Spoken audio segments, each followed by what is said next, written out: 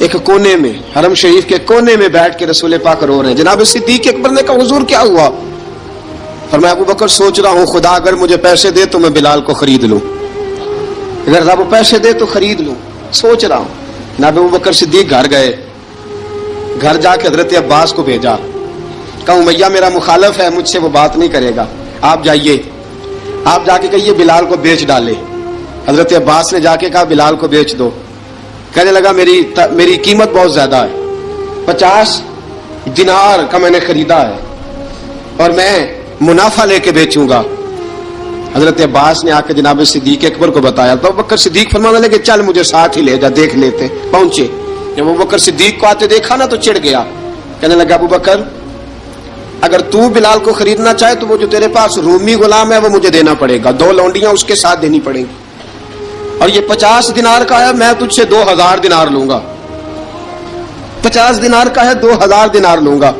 حضرت صدیق اکبر رضی اللہ تعالیٰ عنہ نے فرمایا مجھے منظور ہے, مجھے منظور ہے, منظور ہے مجھے. تو ابو بکر صدیق نے وہ تینوں غیر مسلم غلام لیے, 2000 دینار لیے. حضرت عباس نے بھی کلمہ نہیں پڑھا تھا. کہنے لگے ابو بکر تو کامیاب تاجر ہے, کیا کرنے لگے ہو؟ تو حضرت ابو بکر صدیق کہنے لگے آپ نے بھی کلمہ نہیں پڑھا, آپ کو اس سودے کا پتہ نہیں, آپ ابھی اس لذت آشنائی سے واقف نہیں, آپ نے بھی یہ ذائقہ چکھا نہیں, آپ ابھی اس راہ سے گزرے نہیں, آپ کو پتہ نہیں یہ بھی ایک ذائقہ ہے, یہ بھی ایک سودا ہے, یہ بھی ایک لذت ہے, یہ بھی ایک گہرائی ہے, یہ بھی ایک مزہ ہے, اس کا بھی آپ کو علم نہیں, آپ نے کلمہ نہیں نہ پڑھا. محبت کو سمجھنا ہے تو نہ سے خود محبت کر, کنارے سے کبھی اندازہ طوفان نہیں ہوتا. فرمایا ابھی تو راہ گزر میں ہے, کہہ دے مقام سے گزر, ابھی ذرا آگے چلیں گے نا جب آپ کلمہ پڑھیں گے تو آپ کو پتہ چلے گا. حضرت سیدنا بلال حبشی کو لینے کے لیے صدیق اکبر پہنچے, 2000 دینار, 3 غلام پڑھے لکھے سیانے سمجھدار. جب دیے نا تو امیہ کھل کھلا کے ہنسا, کہنے لگا ابو بکر بڑے گھاٹے کا سودا کیا تو نے, ابو بکر تو نے بڑے گھاٹے کا سودا کیا ہے. یہ پڑھا لکھا مجھے دے کے جا رہا ہے اور یہ ان پڑھ تو لے کے جا رہا ہے, یہ خوبصورت رومی غلام دے کے جا رہا ہے اور یہ حبشی کالے رنگ کا تو لے کے جا رہا ہے, اور 50 دینار کا غلام 2000 دینار میں تو لے کے جا رہا ہے. اتنے گھاٹے کا سودا, اتنی بڑی نادانی. حضرت جناب سیدنا صدیق اکبر رضی اللہ تعالیٰ کہنے لگے امیہ تو کافر ہے لیکن تو نے ابھی بھی پیسے تھوڑے مانگے ہیں, تو نے بلال کا رنگ دیکھا ہے, میں نے مصطفیٰ کے عشق کا رنگ دیکھا ہے. فرمایا تو ابھی اس کے رنگ میں الجھا ہوا ہے اور میں جو اس کے باطن کا حسن ہے وہاں تک پہنچ گیا ہوں. حضرت سیدنا بلال حبشی رضی اللہ تعالیٰ عنہ ساتھ کھڑے, ابو بکر صدیق رضی اللہ تعالیٰ عنہ نے ارشاد فرمایا اگر میں یمن کا حکمران ہوتا, یمن کا بادشاہ ہوتا, اور تو مجھے کہتا کہ بلال میں تب دوں گا جب تو مجھے یمن کی حکمرانی دے گا, فرمایا میں تجھے یمن کی حکمرانی بھی دے دیتا لیکن بلال کو ضرور خرید کے لے جاتا. حضرت بلال حبشی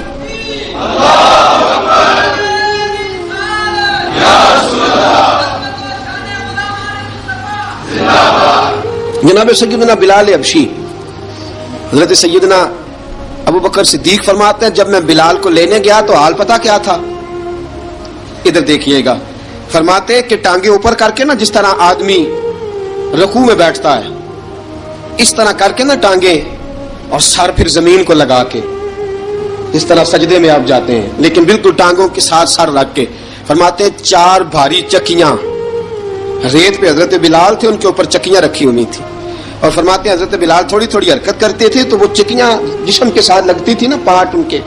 فرماتے ہیں زخم بن گئے تھے, خون نکلتا تھا.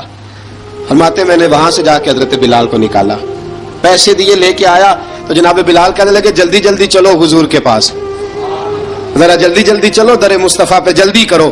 تو جناب سیدنا بلال حبشی رضی اللہ تعالیٰ عنہ کے جواب میں حضرت ابوبکر صدیق کہنے لگے بلال جلدی نہ کر, جب میں آیا تھا تو حضور تیرے لیے آنسو بہا رہے تھے, اگر تجھے اس حالت میں زخمی دیکھیں گے تو میرے مصطفیٰ کو اور زیادہ رونا پڑے گا, تو میرے ساتھ گھر چل, میں تجھے کپڑے پہناتا ہوں, میں تیرے زخموں پہ پٹی کرتا ہوں.